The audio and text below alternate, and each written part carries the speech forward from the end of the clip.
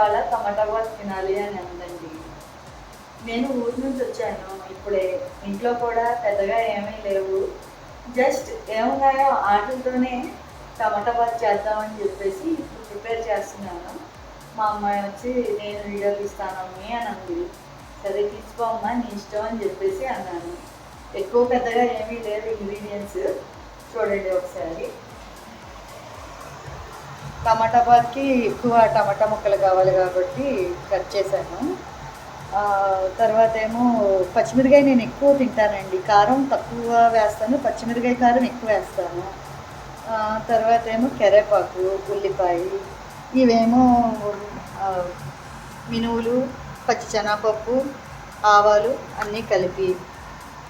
కరాచీని ఒక బొంబాయి రవ్వ నేను ముందుగానే కొంచెం ఫ్రై చేసుకున్నానండి, అంటే ముద్ద ముద్దగా ఉండకుండా. ప్రిపేర్ చేద్దామా?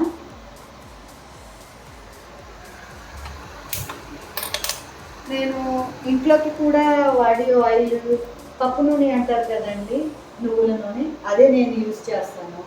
అది గానుగ నుంచి కొని తీసుకొస్తూ ఉంటానండి. ఇదే ఎప్పటి నుంచో ఇదే యూజ్ చేస్తున్నాను. ఫస్ట్ ఆయిల్ వేసుకుందాం.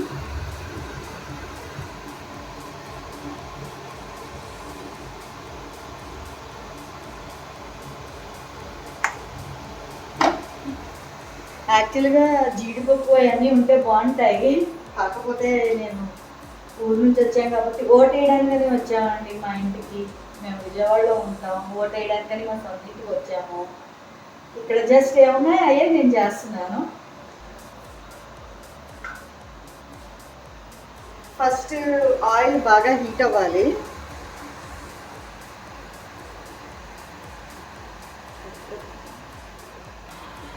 ఆయిల్ హీట్ అయ్యిందండి. ఇప్పుడు ముందు మనం పోపులు వేసుకున్నాము. పచ్చిశనగపప్పు, మినప్పప్పు, ఆ తర్వాత ఆవాలు కలిపి వేసుకుంటున్నాము.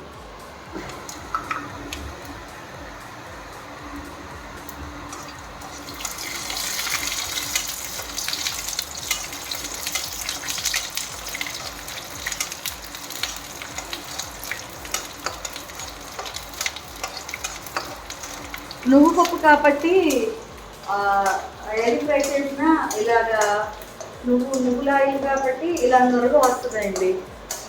మామూలు రిఫైండ్ ఆయిల్కి అయితే ఇలా నొరగ రాదు. తర్వాత ఉల్లిపాయలు, కరివేపాకు, పచ్చిమిర్చి ముందు వేసుకున్నాం.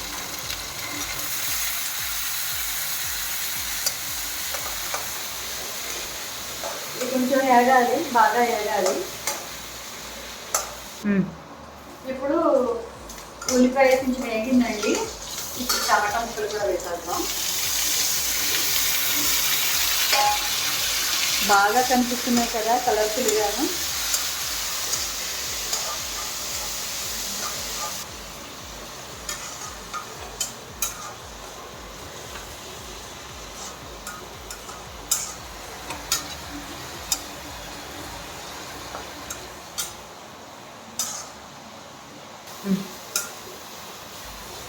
టమాటా ముక్కలు మగ్గినాయండి. టమాటా మగ్గింది. దీంట్లో కొంచెం అల్లం వెల్లుల్లిపాయ పేస్ట్ కూడా వేద్దాం.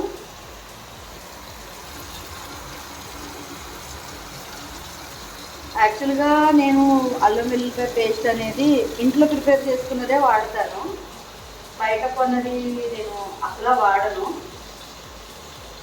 ఇప్పుడు ఇంకా టైంకి ఏమీ అన్ని సదుపాయాలు కరెక్ట్గా లేవు కాబట్టి ఏది ఉందో దాంట్లోనే వేసి నేను చేస్తున్నాను. అసలు బయట అయితే నేను కొననండి అల్లం వెల్లుల్లిపాయ పేస్ట్, ఎప్పుడు ఇంట్లోనే ప్రిపేర్ చేసుకుంటాను. అన్నిటికి కావాల్సిన ప్రతి ఐటమ్ ఇంట్లోనే ప్రిపేర్ చేసుకొని నేను ఇంట్లో స్టాక్ పెట్టుకుంటూ ఉంటాను ఎప్పుడు. యాక్చువల్గా అల్లం కూడా కట్ చేసి వేసుకుంటే బాగుంటుందండి, కాకపోతే ఇంకా నేను అల్లం వెల్లుల్లిపాయ పేస్ట్ వేస్తున్నాను కాబట్టి ఇంకా నేను అల్లం ముక్కలు వేయలేదు.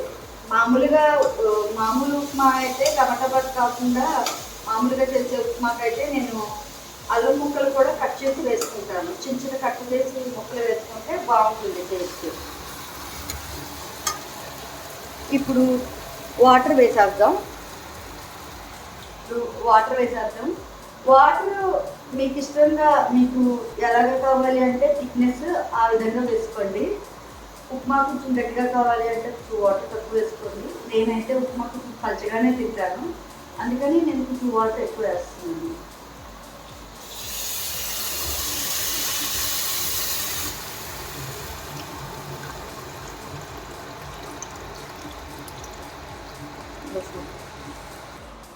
టేస్ట్కి సరిపడా ఉప్పు కూడా వేసుకోండి. ఉప్పు నేను ఎక్కువగా రాక్ సాల్టే వాడతాను, మామూలు సాల్ట్ కన్నా. రాక్ సాల్ట్ కూరల్లోనూ అన్నింటిలోనూ రాక్ సాల్ట్ టేస్ట్ ఉంటుందన్నమాట వేసుకుంటే. చెప్పడం మర్చిపోయాను, మీరు ఓటు వేసారా? నేను ఓటు వేసాను ఇవాళ వెళ్ళి. కొంచెం నీళ్ళు, కొంచెం ఎసరు రావాలి. ఎసరు వచ్చాక అప్పుడు మనం దీంట్లో ఉప్మా రవ్వ వేసేసుకుందాం. అప్పటి వరకు కొంచెం మూత పెట్టుకుందాం. ఎసరు వచ్చేంత వరకు కొంచెం ఒకసారి మూత పెట్టుకుంటే ఒక 2 నిమిషాలు ఎసరు వస్తుంది. అప్పుడు మనం ఉప్మా రవ్వ దీంట్లో వేసేసుకుందాం.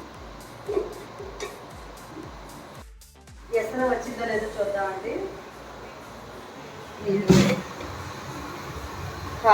వేడైంది. నీళ్ళు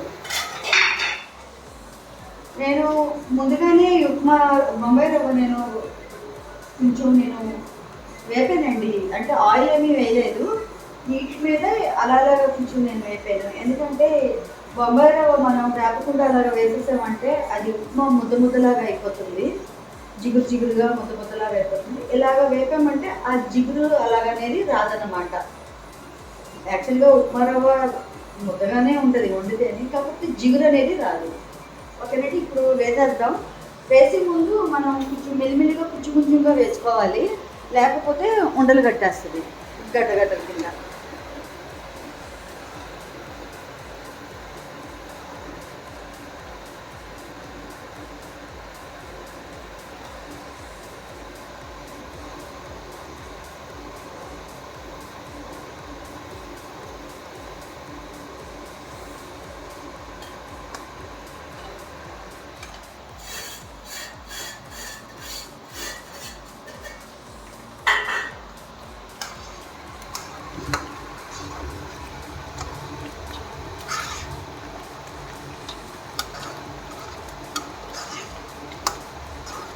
ఒక్క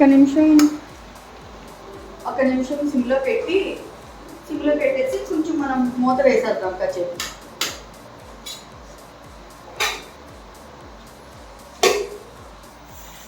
ఇప్పుడు మూత తీసి చూద్దాము. అయిపోయి ఉంటుంది. వేడి ఉప్మా బాత్ రెడీ అయిపోయిందండి. పెట్టేద్దాం.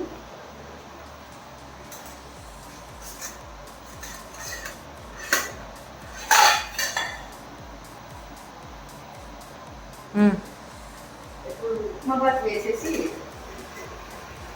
మా అమ్మాయికి వేడిగా సర్వ్ చేస్తాను.